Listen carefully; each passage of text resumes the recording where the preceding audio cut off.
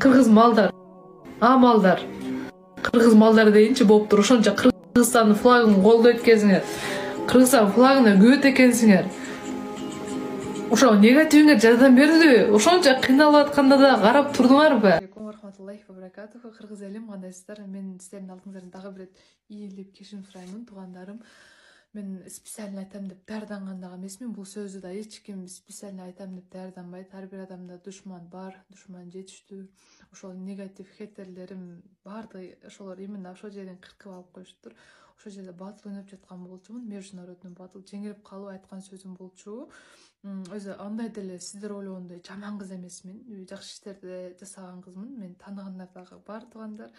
Анан менин артыман актив кармаган адамдар, жигиттер, силерге да Кудай бар. Жизнь бумеранг, силерде деле карындаш бардыр деп ойлойм. Алла таалам айткан, ким бир адамды доомат кылса дейт, ошол адам өзү доомат болмой сайын мен ошол адамдын жанын албайм дейт. Аллага салдым, калгандарын. Кыргыз элим, мен сиздердин чындыгы алдыңыздарда ийилип дагы бир рет кечирим сураймын. Мен буну даярданган эмесмин, специально айтам деп адаштым. Бардыңыздар, мени кечирип коюңуздар, туугандар. Рахмат бардыңыздарга. Кыяматта көрөбүз дегенде токтотуш керек. Не маселе болбосун.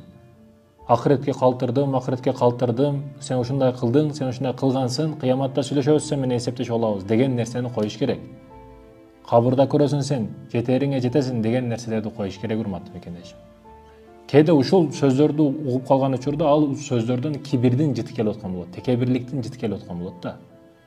Кыяматтагы абалыңызды сиз дагы билбейсиз, өзүңүздүн абалыңыз кандай болот. Кимди болсо кыяматка таштап кое берсеңиз, өзүңүз тууралуу дагы ойлоп койбодуңузбу?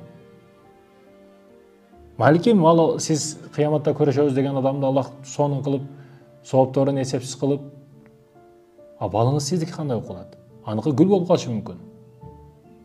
Болгондо урматтуу мекендешим, ар нерсени кыяматка ташташтын кереги жок.